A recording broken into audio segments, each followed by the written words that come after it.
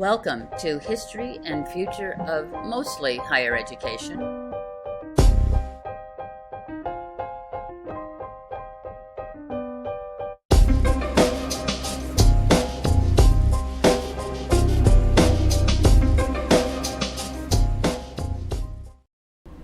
Welcome back to the History and Future of Higher Education. Today we're going to talk about the 10th paradigm changer for higher education. And we've talked about this before, and maybe it'll surprise you that it's the last one, but in some ways it is the basic one. And that is refund public education now. Reinvest in public education now. Everything we've talked about radical transformation, about peer-to-peer education, about do-it-yourself education, about exploring many new kinds of education, all of that is important. It doesn't work without a society that thinks education is important. I'm not somebody who thinks an elite four-year college degree is the only way. We need to support community colleges, vocational education, arts colleges, physical therapy, nursing colleges, a whole range and spectrum of ways to have advanced education. But we live in a world that is so technologically complex. Some forms of advanced post-secondary education must be available to masses, not just a few, but to masses of people at very, very low cost. There's some really interesting statistics about education that we have to know about. One, no matter how bad the economy is, when a society invests in public education, it invests in its own future. The OECD did a study recently and found out that in the United States, the federal, state, municipalities make $231,000 profit. $231,000 profit for every dollar they invest in their graduates. For every graduate, they make $231,000 profit, pure profit. How is that figured? Employment, taxes, rather than paying out unemployment or even the worst, prison system. There are now in the United States something called million-dollar blocks. Those million-dollar blocks is how much the state spends on the imprisonment of people in single blocks of the city. Think about what we could do if in those same low-income blocks where such a high percentage of their citizens are now locked up in prison, instead of spending $1 million a year on prison, we were spending $1 million a year on the education of those citizens. Think about how transformative that could be. And remember, an educational system is the embodiment of a society's values. So are our values to spend $1 million on incarceration or $1 million on transformation of our citizens? That's the choice. Here's another statistic. We keep saying that a college degree might not be worth it anymore. Still is. Somebody who earns a college degree still earns far more money in the course of a lifetime, on average, than somebody who doesn't. For men in the United States, that's $365,000 a year over a lifetime. For women, it's a lot less. It's $187,000 for women, and that's because of the income disparity between men and women in our society. Nonetheless, earning a college degree is worth it. Those figures are after all debts are paid, all tuition costs are paid. Those are pure profit, long-term earning profit based on educational accomplishment. Here's some other ones.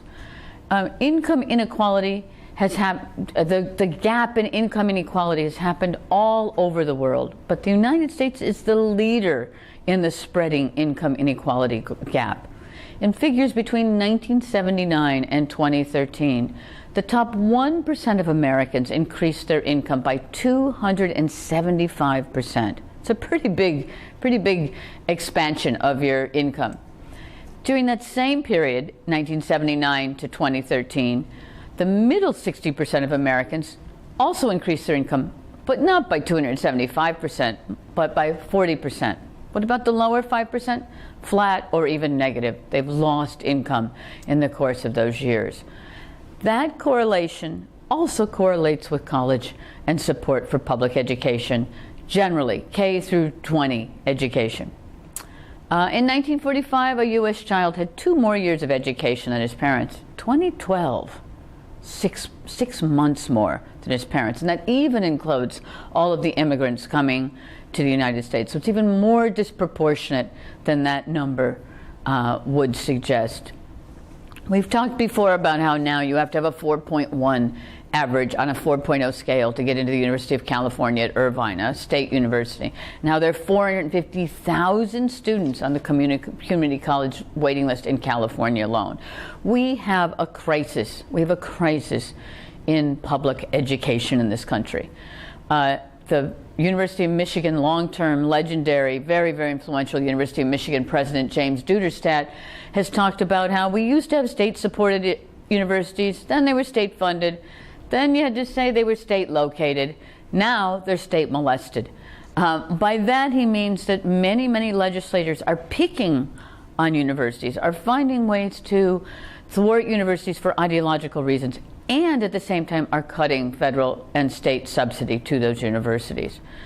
The United States now, the most powerful, richest nation on earth, some people would say the richest nation that's ever been on the earth, is now 11th in the college graduation rate. There's something very, very, very wrong about that. And here's yet another figure that maps income inequality and college degrees. 50% of Americans in the top quartile of wealth in this country have a college degree. In the poorest quartile of America, only 10% graduated from college. There's a clear correlation between education and wealth. As we stifle the amount of people and put a stranglehold on public education, we're also exacerbating income inequality. Let me add more positively. In 1862, at the height of the Civil War, the Morrill Act was passed. The Morrill Act was an incredible act that took the proceeds from federally owned land, land that was farmed by the homesteaders, and used that profit not to just go back into the coffers, but to become a public good. That's how the land grant university system in America was created, through public sale of public lands for the public good in perpetuity, for the creation of the land grant public education system. Many people I know think that the sale of the government's free bandwidth, of which there are billions, literally billions of dollars of bandwidth that the government sells, could be also put back into the government's coffers and sold and used to support federal and state-funded education again, public education again. We need this. After World War II, the GI Bill gave a huge boost to public education and certainly both increased the middle-class income of our citizens and also spurred innovation, technological innovation. What do we have now? Cuts, negativity towards higher education, a lot of criticism. One of the purposes of this class is to say, of this MOOC in this class, is to say, we all benefit from higher education. You wouldn't be there as volunteers watching this class if you didn't think there wasn't something important about what we do in higher education. Why take a class on the history and future of higher education if you didn't believe in it? We, you, me, all of us who are participating in this class already are a powerful alliance in the United States, but also worldwide, because this is a world distribution issue, to fight for increased and support and use our tax dollars to support, but also our legislative and democratic powers to support increased funding for public education. It's a public good. It makes a better society. It makes a more just and equitable society.